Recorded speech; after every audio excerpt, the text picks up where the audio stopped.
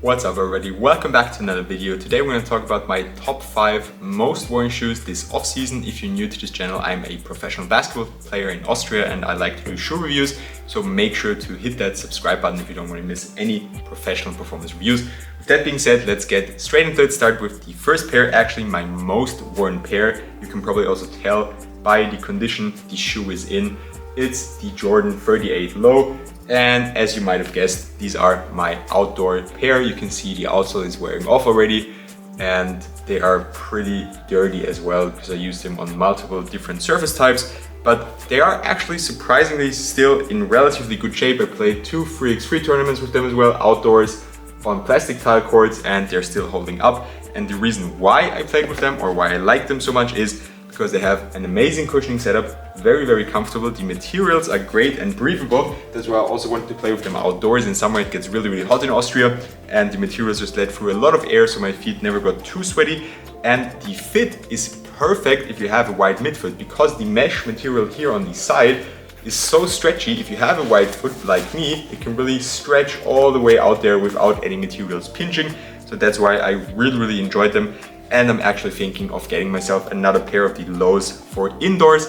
I'm also getting the Jordan 39 this week, so maybe they can make up or take up that space if they're nice. But I heard some mixed reviews on them or some mixed opinions.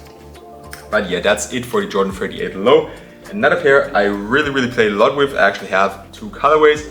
The Nike GT Cutree, one of my favorite shoes at the end of last season already. I got this pair at the beginning of the off season, kind of a Squidward colorway. I love playing with them, especially also because the cushioning setup is so nice. It's so bouncy and still so responsive. It's still low to the ground. The shoe is extremely light even though you have an insanely nice cushioning setup. The only downside, if you can't rotate shoes as much, so if this is your only go-to pair, is that the Zoom X does bottom out relatively quickly, sadly. But apart from that, I love the design, I love the traction performance. Cushioning I talked about already, and the material is also very thin, very comfortable. I love the padded tongue. It's so nice to play with them, and they also fit ankle braces very well, which is another big criteria for me. I switched my ankle braces from the McDavid 195 to the Better Guard ankle braces. This is actually the 2.0, it recently released. I haven't dropped my review yet. I'm still testing them to see if there's any big differences to the Better Guard 1 or just the Better Guard.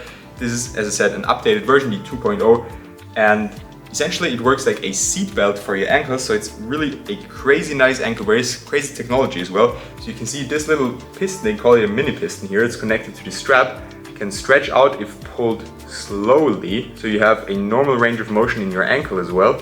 But if you pull very quickly on it or very fast, it doesn't go out. So essentially like a seat belt in your car, you have normal range of movement if you're going slowly, but if you're going fast, it holds you back. And that's exactly what this brace does, and it actually saved my ankle once this year outdoors when I was playing with the 38 Lows. They are expensive, but if you have the money, they're definitely the best ankle braces on the market if you still want a normal range of motion. My third go-to pair this off-season, you can see them here in the back already, the Wade Son of Flash. I talked about them a lot.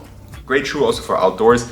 I didn't want to take these and the other colorway I have outdoors simply because the colorways are just so nice and clean. You can see I had them on an outdoor court once and there's still some dirt stuck to the outsole, but I just need to clean them. The upper is still clean.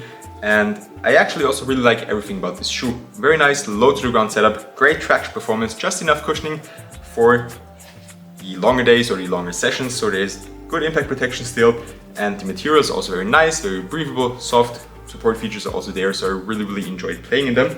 And I just remembered there's actually a third shoe I wore quite a lot, mostly to gym sessions, which is the Nike LeBron 20. I had them in the gym a lot, also on court at the end of last season, but for the off season I used them for jump workouts in the gym, just because they're also very bouncy and the cushioning setup is very nice.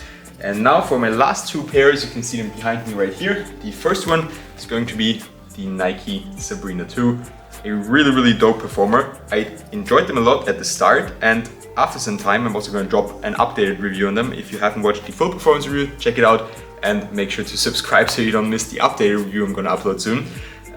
My issue with them now is that they're actually a little bit too low to the ground for me personally. I like something that's a bit, I'd say, not higher off the ground, but has a bit more impact protection and just a bit more cushioning. So all the other shoes right there just are a bit more cushioned, a bit better impact protection than the Sabrina 2. At first I didn't notice it, but the more I played with them, the longer I played with them, I would notice that my feet got extremely sore after I was done playing with them, and they just hurt a little bit afterwards as well, which they didn't do with any of the other shoes I just had on my list. So that's an issue I have with them, definitely.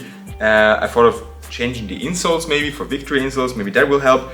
Also, they flex pretty much in the midfoot, which I don't like, so that would also get rid of it. But I'm not quite sure how I'm gonna fix that, because I do love everything else about the shoe. And just a heads up, the materials here in the heel, I recently watched Nightwing's review and I saw that he had the same issue. They wrinkle up really weirdly and really quickly also, like after a couple of sessions. And I forgot to say that in my full performance review, will also be in the update. So yeah, just a little bit weird that they wrinkle up here, and I'm afraid that they will actually break there, or that there will be a hole in there. So we'll have to see how they hold up. They'll definitely still be in my rotation going into preseason, which starts next week. So I'll keep you posted if there's any other issues. As I said, I'll also upload an updated performance review. And finally, my favorite pair of the off-season, gotta give the title to the Nike Book 1. I didn't think I'd say this when I got the first colorway. Maybe it's just because I like this colorway so much, maybe it's because I was playing well in them, but I absolutely love playing in the Nike Book 1. Traction performance was amazing for me on every court I tried them on. I never slipped, never did anything as much as a slide into a wrong direction when I wanted to stop, and I love the cushioning setup. Good impact protection in the heel. I sometimes have issues with my Achilles heel, especially on my left foot. It tends to get sore and hurt after I'm playing, and it never happened with the books. I played a 3x3 tournament with them yesterday, 4 games, crazy intense, and my Achilles heel feels perfect today, so no pain, nothing at all. And I believe it's because of the very thick zoom unit that's in there. And the forefoot is nice and low to the ground with just enough cushion there to support it, but I like to have a low setup in the forefoot because I do shoot a lot of jump shots. My specialty is shooting 3-pointers, so I do need a low and stable base for shots, and I don't like if there's too much cushioning in the forefoot. And the materials are also very nice. I usually don't like leather shoes. I heard that these actually use fake leather, even though they say it's real. I've got no clue if that's true, just heard rumor about that. I don't mind if that's the case, because as I said, the materials feel very nice on my foot, and the fit for my wide feet is surprisingly good. Right here is where my feet are very wide, and because the materials are so soft and padded, it just doesn't hurt, it doesn't pinch, and I really enjoy playing with them. Support features were also good, and they're also perfect if you want to wear the Better Guards ankle braces. Nothing pinches, nothing hurts.